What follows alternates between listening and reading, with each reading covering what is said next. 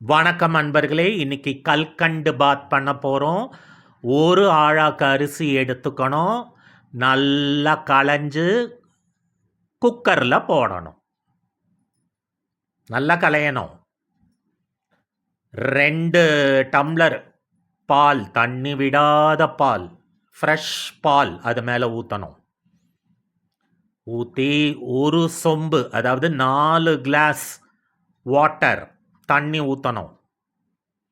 ஊற்றிட்டு குக்கரை மூடணும். மூடி அடுப்பை மூட்டி குக்கரை வச்சிடணும். 5 விசில் வர வரைக்கும் வெயிட் பண்ணணும்.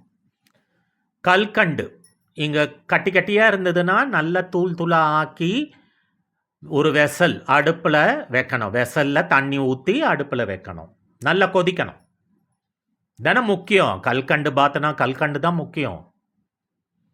அப்புறம் இங்கே 5 விசில் வந்த பிறகு பால் அரிசி போட்டோம் இல்லையா, அது நல்லா குழஞ்சி வெந்திருக்கும். பாருங்கள், ரொம்ப டேஸ்ட்டுங்க. இதெல்லாம் பண்ணி பண்ணி பார்க்கணும் வீட்டில். ரொம்ப சுவையாக இருக்கும். குழந்தைங்கள்லாம் பெரியவங்க வரைக்கும் எல்லோரும் விரும்பி சாப்பிடுவாங்க. நல்லா கிளறாங்க பாருங்கள். நல்லா வெந்துருச்சு. Super taste. எல்லாரும் பண்ணுங்க. பண்ணி வீட்டில் சாப்பிட்ணும். பாயசமே பண்ணுறோம் இல்லையா எப்போ பாரு. இது ஒரு டிஃப்ரெண்ட். இப்போது கொதித்த கல்கண்டு அப்புறம் அதோடு இருக்கிற தண்ணியும் அதில் மிக்ஸ் பண்ணி ஊற்றிடணும். எதில்? அந்த குக்கரில். அரிசியும் பாலும் வேக வச்சோம் இல்லையா, நல்லா கிளறணும். இப்போ இந்த கல்கண்டு சப்ஸ்டன்ஸை அதில் போட்டாச்சு. இப்போ கொதி வருது பாருங்கள். நல்லா கலரணும். சூப்பராக இருக்கும் தெரியுமா டேஸ்ட்டு. இதை பாருங்கள், ஒரு ஸ்பூன் ஏலக்காய் தூவணும் அது மேலே. ஏலக்காய் இன்னும் நல்ல சுவையாக இருக்கும். தூவி அடுப்பில் வேக வைக்கணும். இப்போ பச்சை கற்பூரம், இதுதான் மெயின். பச்சை கற்பூரத்தை நல்ல கையில் கொஞ்சமாக ஒரு சிட்டிகை எடுத்து தூவணும். நான் வாசம் வரும்னு தெரியுமா, அவ்வளோ நல்ல வாசனையாக இருக்கும் பச்சை கற்பூரம். உங்களுக்கு டேஸ்ட்டும் அள்ளி தரும் கல்கண்டு பாத்துக்கு. இப்போ அது போட்டுட்டு நல்லா மிக்ஸ் பண்ணுறாங்க. ஒரு டிஃப்ரெண்ட் டேஸ்ட்டாக இருக்கும். இப்போ நெய் ஒரு 3 ஸ்பூன் ஊற்றிக்கோங்க, இல்லை ஒரு 4 ஸ்பூன், 5 ஸ்பூன் வரைக்கும் போகலாம், அவங்க ஹெல்த்தை பொறுத்து. குறைஞ்சபட்சம் 4 ஸ்பூன் ஊற்றிக்கோங்க. இப்போ நல்லா கலரணும்.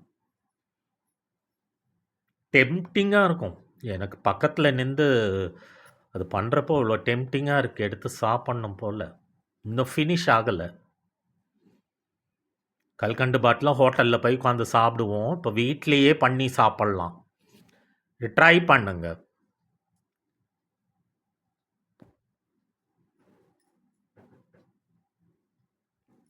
நல்லா கொதிக்கணும், கலரணும். நல்லா கிளறது தாங்க இதுக்கு முக்கியம். நல்ல கொதி நல்லா கலரணும். பார்த்திங்கன்னா இதில் ஏலக்காவும் அந்த பச்சை கற்பூரமும் ஆட் பண்ணியிருக்கோம் பார்த்தீங்களா, அதுதான் ஹைலைட்டே. தூக்கி கொடுக்கும் நல்லா கல்கண்டு பாத்துக்கு. நல்ல கொடி பபுள்ஸ் வருது பாருங்க. கொட கொட கொட கொட கொட கொட கொடான்னு ஒரு சவுண்டு வரும். பபுள்ஸு அப்படின்னா வேகுதுன்னு அர்த்தம், கொதிக்குதுன்னு அர்த்தம். இப்போ பார்த்தீங்கன்னா தாளிதம் பண்ணுவாங்க இல்லையா, அந்த இதில் நெய் நல்ல ஒரு 3 ஸ்பூன் தாராளமாக நீங்கள் ஊற்றிக்கலாம்.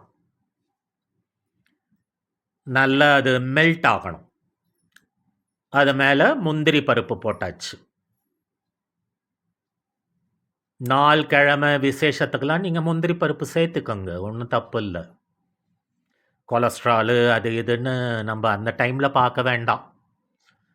ரொம்ப கொலஸ்ட்ரால் அது இதுன்னு இருந்தால் கம்மியாக போட்டுக்கோங்க. ஒன்றும் பிரச்சனை இல்லை. முந்திரி பருப்பை ஆட் பண்ணிட்டாங்க அந்த கல்கண்டு பாத்தில். இப்போ என்ன பண்ணணும்? நல்லா கலரணும். பாப்பா அப்படியே வாயிலேருந்து எச்ச ஊறுது. அதை கொட்டிட்டாங்க. அதுக்கு மேலேயும் கொஞ்சம் முந்திரி போட்டாங்க. கல்கண்டு பாத் ரெடி.